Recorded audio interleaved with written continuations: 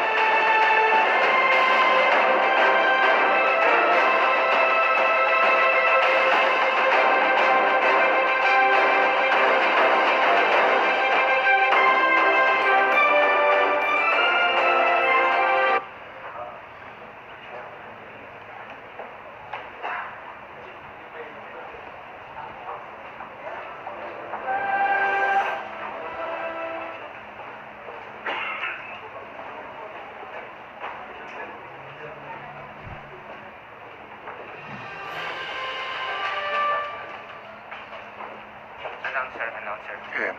Ladies and gentlemen, the President of the Republic of the Philippines, His Excellency Ferdinand R. Marcos Jr.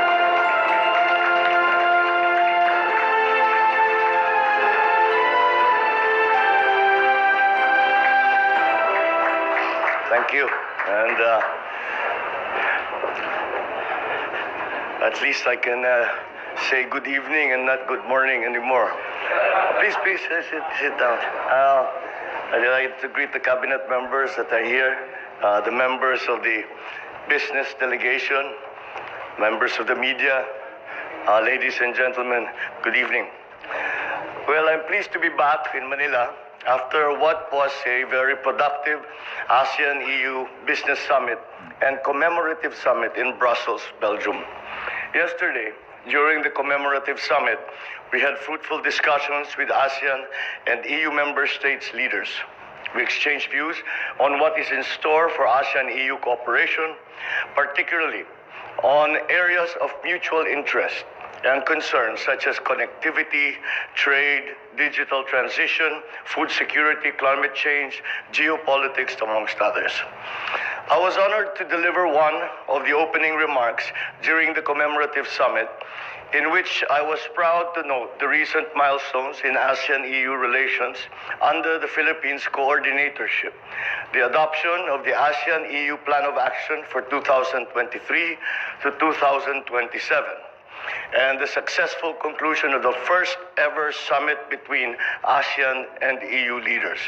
And this is a very significant development that the EU has turned very, very distinctly towards the Asia-Pacific region when it comes to the driving force behind the new global economy. And this is not really surprising considering that in terms of geopolitical agrupations, the EU and the ASEAN are two of the most active, best organized, and cohesive organizations in the world. And to put them together is a very important partnership because it is servicing over billions and billions of people, both in Europe and in the Asia Pacific. I also welcome the adoption of the Joint Leaders Statement at the ASEAN-EU Commemorative Summit, which is the product of intensive discussions between ASEAN and EU member states. At the 10th ASEAN-EU Business Summit, I shared the Philippines' perspective on deepening ASEAN-EU trade through efforts in sustainable development, which is the theme of the Business Summit spearheaded by the ASEAN-EU Business Council. The ASEAN-EU Business Council has a pivotal role to play in advancing ASEAN's regional economic integration and post-pandemic economic recovery efforts through its various initiatives and valuable recommendations, which have been very useful in terms of prioritizing areas and initiatives for ASEAN's regional economic integration. I also met with several business leaders from different European companies through the week, all of them committed to be part of our development and our economic growth, particularly in renewable energy, infrastructure, food security, climate change initiatives. With European technology and innovation, with Filipino talent and ingenuity and industry, we will be working on addressing some of our key economic challenges. I am happy to be able to announce that I have met with various leading ship owners all over Europe, and we were able to get their commitment to help our country hurdle some of the challenges in our seafarers' EMSA accreditation through the creation of an advisory council composed of our concerned government agencies, international and local ship owners, and other stakeholders. Beyond that, I was able to meet with the EU Commission President, President Ursula von der Leyen, who is actually in charge of it is the Commission, it's not the EU. They are the ones who actually are the ones who provide that accreditation. So I explained to her what we have done, that we have this new advisory council, and she made a promise that that the Commission itself would provide technical help to us so that within the 3 months, we have a 3-month deadline, within the 3 months that we will be able to remedy all of the deficiencies that EMSA has been pointing out, and hopefully we finally solve this problem. I'm also looking forward to share more good news in the next few months that reaffirms the optimism with which how international investors view the Philippines today. Once again, as part of the Asia-Pacific region, we are seen still as coming back to our role as the driver of the global economy. And the Philippines is very much part of that. And we are considered as an investment by the Europeans. This is what they told me, that we are considered by the Europeans as number 2 in terms of investor attractiveness next to Vietnam.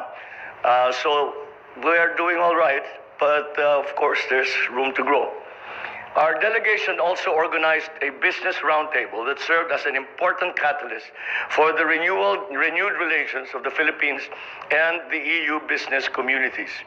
I was joined by the economic managers and other cabinet members where I announced our recent game-changing laws that aim to transform our business environment significantly in favor of investors and support for inward foreign direct investments.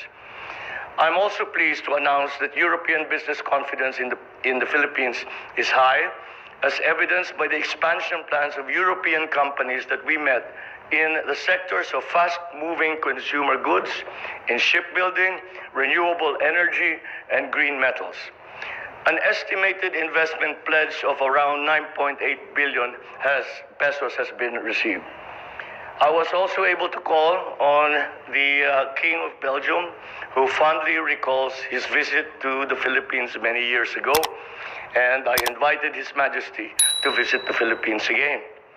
I also held bilateral meetings with my counterparts from the European Council, the European Commission, Estonia, Sweden, Czech Republic, the Netherlands, and Spain, with whom I identified many possible areas of further development and future partnerships.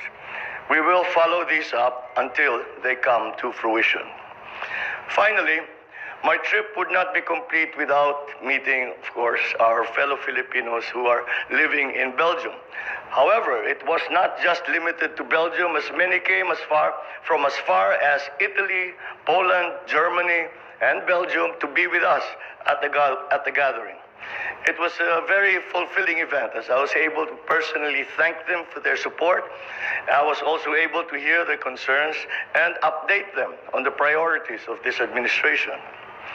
As a final note, I am delighted that my first visit to Europe, in Brussels in particular, which has the seals of the European Commission, the Council of the European Union, and the European Council, is a successful one.